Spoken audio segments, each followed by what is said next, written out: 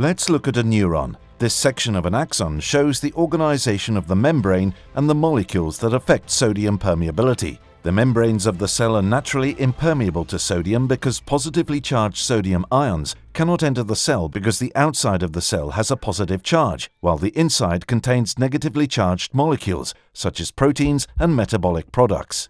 However, the sodium channels open and close to allow the entry of sodium found in the axon and postsynaptic membranes, leaving the membrane electrically excited.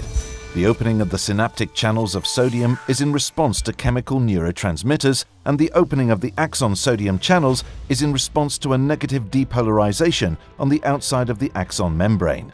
The action potential progresses along the axon as a negative wave, allowing the sodium channels to open and the sodium to be diffused into the axon.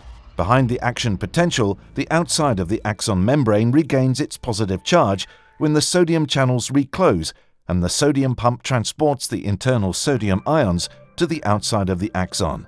In this way, the region of the action potential is propagated along the axon.